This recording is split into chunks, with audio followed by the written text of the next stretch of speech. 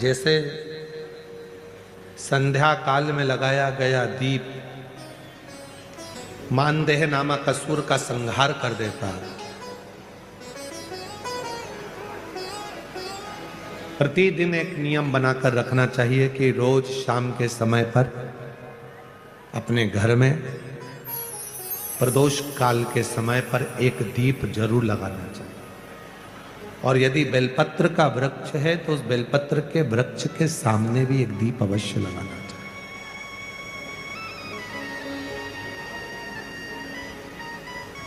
6 महीने में, 3 महीने में, 2 महीने में, 1 महीने में ऐसा नियम बनाया करो कि मुझे बेलपत्र की पूजन करना।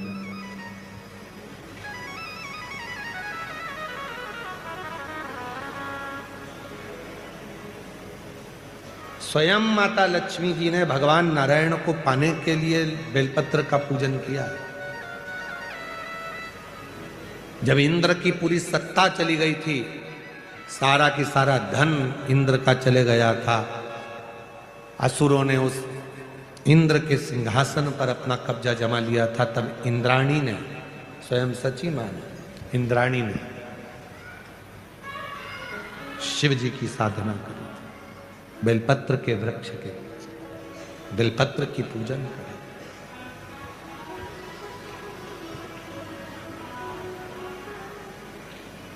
कभी दिल कर जाए तुम्हारा तो कभी महीने में, 1.5 महीने में, 2 महीने में बेलपत्र के पेड़ के नीचे जल लेकर बैठो।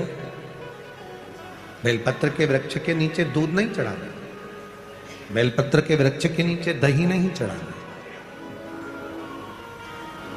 शहद घी नहीं चढ़ाना। बेलपत्र के वृक्ष के नीचे जब आप बैठते हैं, बेलपत्र पूजन का एक विधान होता है कि जब हम बेलपत्र की पूजन करते हैं तो 2 कलश पानी के भरे हुए, एक अपने सीधे हाथ की ओर, एक उल्टे हाथ की ओर रखा जाता है। पूजन की थाली बीच में रखी जाती है। 2 बत्ती का, लंबी बत्ती का, 2 बत्ती लंबी घी की जलाई जाती है। लंबी बत्ती बेलपत्र के वृक्ष के नीचे 2 बत्ती लंबी जोड़ा बनाकर उसको जलाया जाता है। फिर दोनों हाथ में कलश में जल है, बेलपत्र के वृक्ष के नीचे दोनों हाथों का जल धीरे धीरे शिव जी का स्मरण कर कर, नारायण लक्ष्मी का स्मरण कर कर, मां आदिशक्ति गौरा का स्मरण कर कर, रिद्धि सिद्धि गणेश का स्मरण कर कर उसको चढ़ाओ। प्रार्थना करो, विनय करो, मेरे जीवन में बहुत कष्ट है, उसको मिटाना है आपको। शिव आपसे प्रसन्न होते हैं, वैसे मेरी जिंदगी भी प्रसन्न करना है आपको। जल चढ़ाकर दोनों पात्रों का थोड़ा थोड़ा जल कलश में बचा लेना है, पूरा पात्र खाली नहीं करना है, दोनों को वापस रखना है।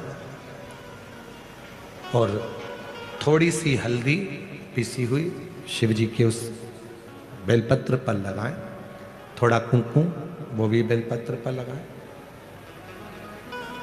7 दाने अक्षत के, केवल 7 दाने अक्षत के बेलपत्र को छुआकर अपनी थाली में रख लें।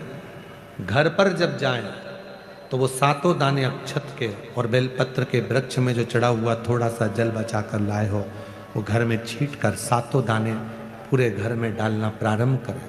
महीने में, 2 महीने में, 3 महीने में एक बार करिए। जीवन में किसी के आगे हाथ फैलाने की जरूरत नहीं पड़ेगी। इतनी संपदा बाबा, इतनी संपदा।